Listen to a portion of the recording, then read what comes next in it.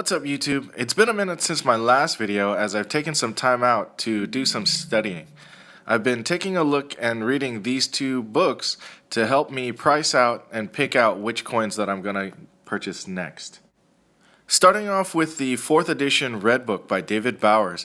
This is a comprehensive guide to the history of the Morgan dollar, which lists mintages and also provides the Whitman price guide at the bottom of each chapter or each year. For the avid beginner, this is one of the best books to get and was given to me by my local coin shop. In addition to the Morgan guidebook, I also have the Panda Coin Buyer's Guide by Peter Anthony, who is the primary resource for everything Panda. One of the reasons pandas are so popular in the US is because of this book, and when it was originally released in 2010, very few people had actually known about gold and silver pandas. This book is the illustrated guide and core resource for many panda collectors because it does provide a estimated surviving population mintage as opposed to just a minted mintage. This book also helps identify the differences between varieties of panda coins. I use these resources to help me identify exactly what I'm going to go after next and make sure that I'm making the best investment decisions that I can using the data that I have available. In addition to reading these two books, I also use the NGC price guide for panda coins and the PCGS price guide for Morgans. My most recent pickups, like this 1988 and 1990 small date 1/10 ounce, are mainly to fill in holes in my collection. These are just two small updates to the entire collection while I wait for the big submission at NGC. Speaking of grading, I decided to take my chances by buying raw Morgans to see if I should have them graded, and this is the result.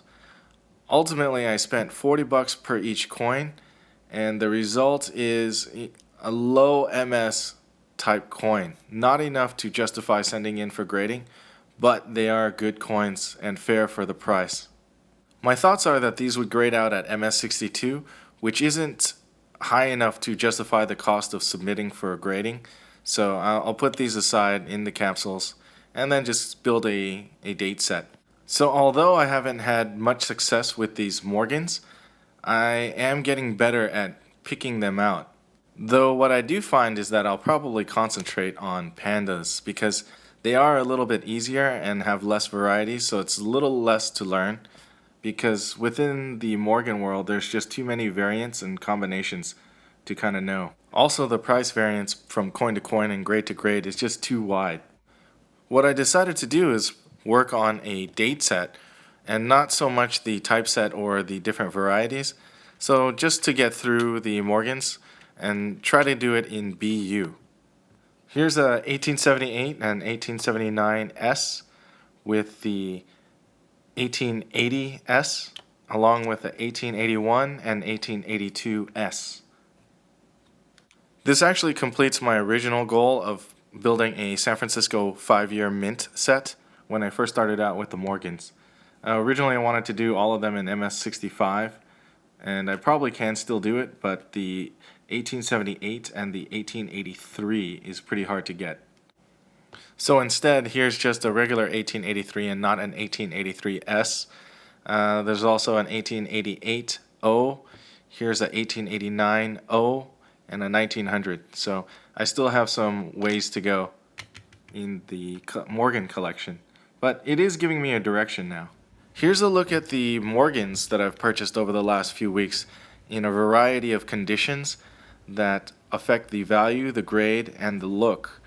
You can see that the luster and the cartwheel pop out at you when you lower the light a little bit, and it really makes a difference to tell between a mint state versus a cleaned coin.